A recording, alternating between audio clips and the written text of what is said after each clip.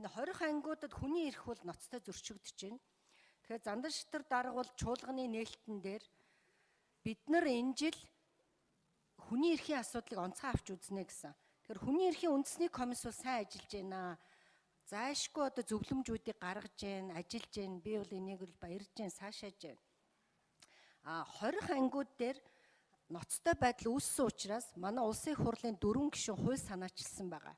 Сарангэрэл гишүүн, Ганнибал, Гамбат, миний бие.